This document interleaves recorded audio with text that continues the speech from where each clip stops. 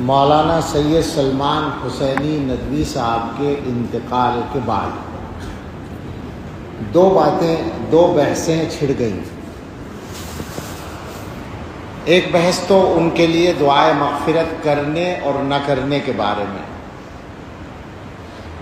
اصلاً تو لوگوں نے یہی چھیڑی جبکہ یہ چھوٹی بات تھی اور کوئی بڑا مسئلہ نہیں تھا، لیکن جن لوگوں نے یہ بات چھیڑی وہ اللہ جانے کہ حق کے نادان دوست تھے یا دانا دشمن تھے، کہ اس کی وجہ سے ایک دوسری بحث چھڑ گئی، اور خاص طور سے ان کا ساتھ دینے والے لوگوں کو موقع مل گیا ان کا دفاع کرنے کا، اور اس کی وجہ سے ایسی صورت بن گئی جیسے حضرات صحابہ رضی اللہ تعالیٰ عنہم کے بارے میں غلط باتیں کرنا، گستاخیاں کرنا یہ کوئی خاص مسئلہ نہیں ہے، ایک اختلاف رائے ہے، بس ایک آدمی کا عمل تھا۔ بہت سے لوگوں نے شاید اسی کے رد عمل میں تعریفیں شروع کر دی ان کی، کاش یہ بحث نہ چھڑتی، انتقال ہوا، نماز جنازہ ہوتی جیسے سب کی ہوتی ہے اور بات ختم ہو جاتی، لیکن لوگوں نے بحث چھیڑ دی۔ تو اس میں جو زیادہ بڑی بات ہے، زیادہ بڑا مسئلہ ہے، وہی ہے نظریے کا۔ حضرات صحابہ رضی اللہ تعالیٰ عنہم کا مسئلہ معمولی نہیں ہے، اور اس کا تعلق ہدایت اور گمراہی سے ہے،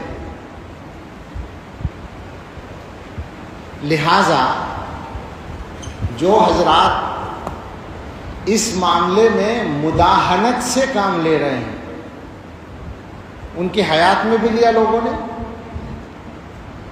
اور آج بھی لے رہے ہیں۔ بہت سے لوگوں نے یہ کیا کہ ان کی ان غلط باتوں کو، گستاخانہ باتوں کو علمی اختلاف سے تعبیر کیا۔ لوگوں کو یہی پتہ نہیں ہے کہ اختلاف کیا ہوتا ہے، اور یہ جو بات ہے کہ اختلاف رائے کو برداشت کرنا چاہیے، تو کون سا اختلاف رائے ہے جو برداشت کرنے کی گنجائش ہے، اور کون سی بات ہے جس کے بارے میں چپ رہنے کی گنجائش نہیں ہے۔ آج بھی کسی صاحب نے لکھا ہے، انداز ایسا ہے، بڑی مشکل ہے، انداز ایسا ہے جیسے مولانا کی بات کی تردید کرنے والے ان کی عزت سے، ان کی مقبولیت سے حسد کی بنیاد پر ایسا کرتے ہیں۔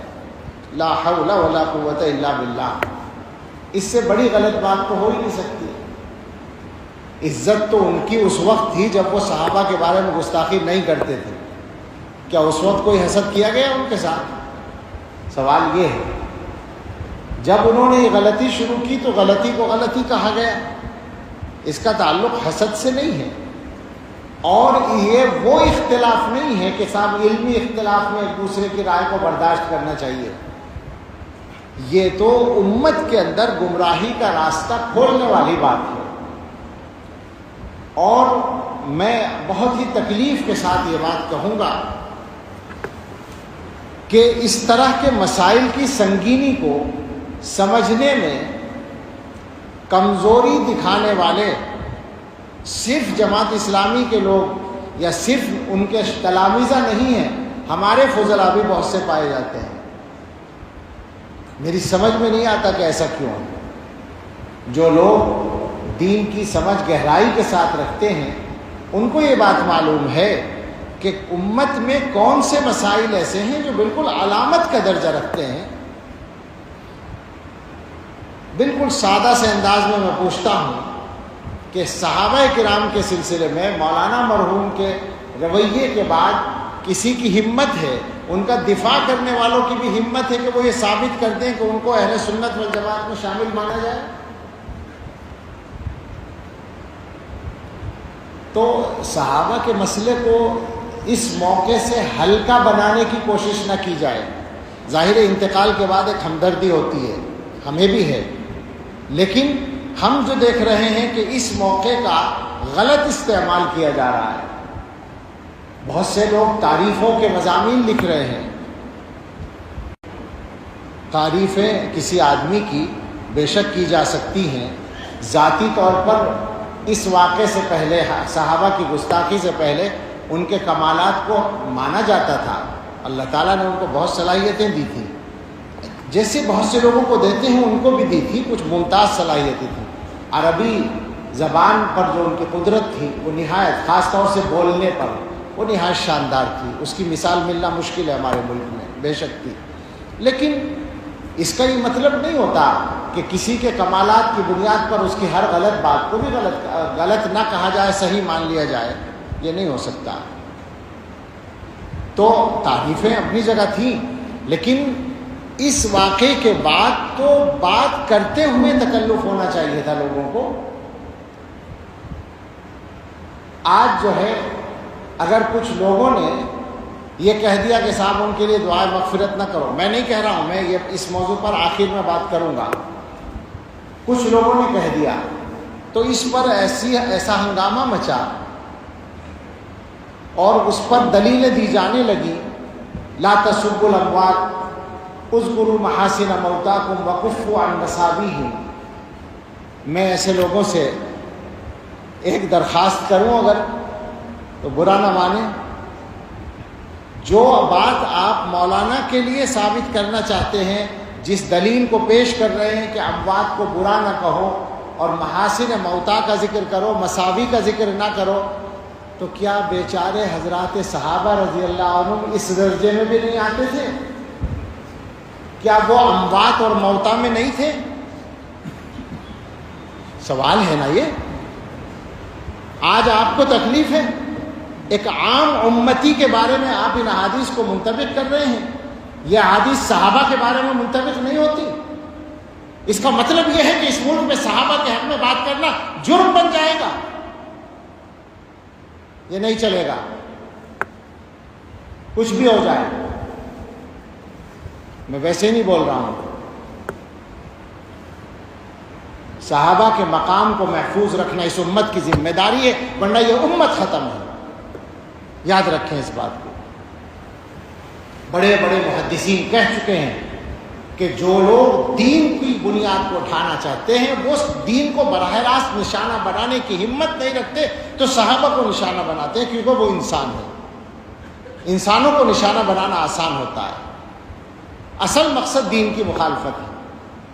اور جو لوگ صحابہ کو نشانہ بنانے میں ڈرتے ہیں وہ حضرت معاویہ کو نشانہ بناتے ہیں۔ معاویہ دروازہ ہے۔ عام آدمیوں کے لیے تو اذکروا محاسن موتاکم وکفوا عن مساویہم ہے، صحابہ کے لیے نہیں۔ حیرت ہوتی ہے کہ کیسے دوہرے معیار لوگوں نے چلا رکھے ہیں۔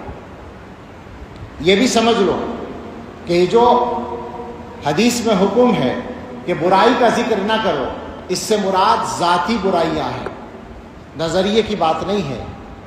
تو ذاتی برائی کسی کی ذکر نہیں کرنی چاہیے، وہ غیبت زندگی میں بھی کی جائے تو غیبت ہوگی۔ اور ہم پورے اعتماد سے کہتے ہیں کہ ہم نے مولانا کے بارے میں، ذاتی زندگی کے بارے میں، ذات کے بارے میں ایک لفظ کبھی خلاف احترام بھی نہیں کہا، پورا دعویٰ ہے ہمارا۔ اور بھی بعض لوگوں سے اختلاف ہے، شدید اختلاف ہے، ان کی بھی ذاتی زندگی کو گفتگو کا موضوع کبھی نہیں بناتے، بلکہ کوئی بات کرتا ہے تو میں کہتا ہوں کہ بھائی یہ بات نہ کرو، یہ غیبت ہے، بات نظریے پر کرو۔ تو یہ جو کہا گیا کہ برائی ذکر نہ کرو، اس سے مراد ہے اعمال کی برائی۔ کسی آدمی کے عمل کی برائی آپ کو معلوم ہے، اس کا انتقال ہو گیا، اب آپ کہیں کہ صاحب وہ اتنا خراب آدمی تھا، ایسا عمل کرتا تھا، یہ غلط ہے، اس سے روکا گیا ہے۔ محدثین نے باقاعدہ لکھا، امام نووی رحمۃ اللہ علیہ نے، کہ کفار اس سے مستثنا ہیں کفر کی بنیاد پر، منافقین مستثنا ہیں، اہل بدعت مستثنا ہیں، مبتدعہ کے ان کے نظریے کا ذکر کیا جائے گا غلطی کے، اس کو ظاہر کرنے کے لیے۔ تو لہٰذا اگر کوئی آدمی یہ کہے کہ گستاخی صحابہ، حضرت معاویہ رضی اللہ عنہ کی شان میں گستاخی یا دوسروں کی شان میں گستاخی، یہ غلط بات تھی، یہ ان کا غلط عمل تھا، تو یہ اس کے ذیل میں نہیں آتا کہ برائی ذکر نہ کرو۔ ہاں، ان کی ذات پر، ان کی شخصیت کی ذاتی چیزوں پر کوئی انگلی اٹھائے تو غلط ہوگا، یہ مسئلہ نظریے کا ہے۔ تو حضرات صحابہ کے بارے میں ان تمام حضرات سے گزارش ہے جو ڈھل مل ہیں، اس معاملے میں کمزور ہیں، اور میں دیکھ رہا ہوں بہت لوگ ہیں، اور یہ خطرناک بات ہے، یہ انہی کے لیے خطرناک ہے جو غلطی کر رہے ہیں، یہ اچھی طرح یاد رکھیں۔ وہ سب اس معاملے میں صحیح راستے پر آ جائیں، اور وہ صحیح راستہ میرا یا آپ کا طے کیا ہوا نہیں ہے، وہ صحیح راستہ فقط علماء دیوبند کا طے کیا ہوا نہیں ہے، وہ اس امت کے سارے بڑے علماء کا طے کیا ہوا راستہ ہے۔ اس میں کوئی اختلاف نہ ابن تیمیہ کا ہے نہ ابن قیم کا ہے، وہ سب اس کے بڑے داعی ہیں صحابہ کے مقام کی حفاظت کے۔ اس میں کوئی اختلاف نہ ابو حنیفہ کا ہے، نہ مالک کا، نہ شافعی کا، نہ احمد کا، کسی کا کوئی اختلاف نہیں ہے، وہ متفقہ چیز ہے۔ اس متفقہ معاملے میں، اس متفقہ معیار میں لوگ باتیں بنانے کی گنجائش نکالنا چاہتے ہیں،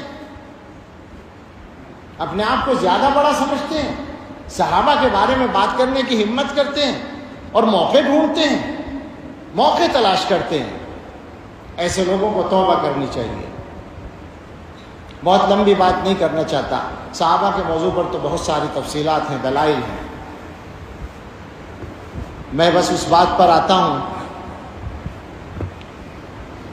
کہ ان کے لیے دعائے مغفرت کی جائے نہ کی جائے، تو بالکل صفائی سے بات ہے کہ ان کی تمام تر غلطیوں کے باوجود اور اہل سنت والجماعت کے نظریے سے انحراف کے باوجود اور گمراہانہ باتوں کے باوجود ان کی تکفیر نہیں کی گئی ہے۔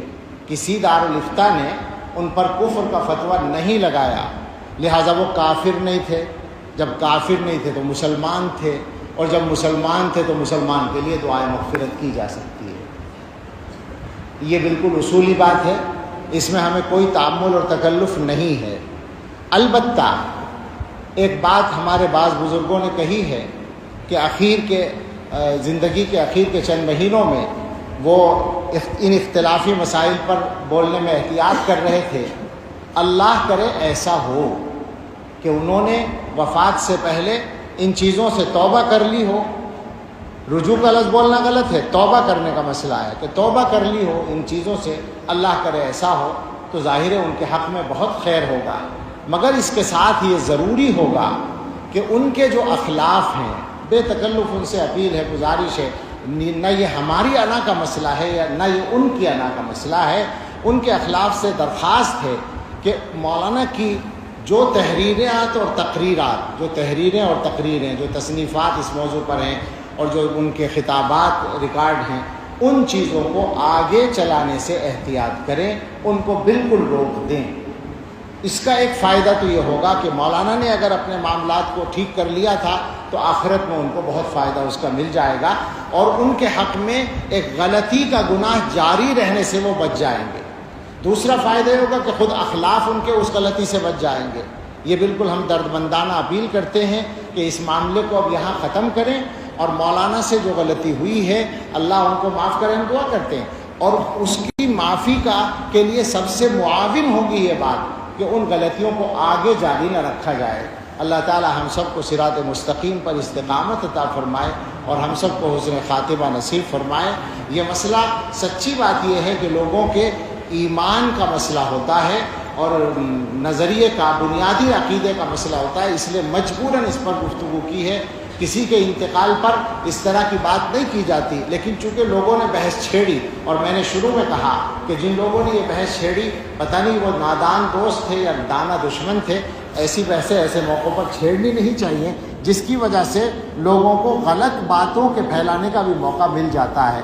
اللہ تعالی ہم سب کو صحیح توفیق عطا فرمائے، آمین، وآخر دعوانا ان الحمد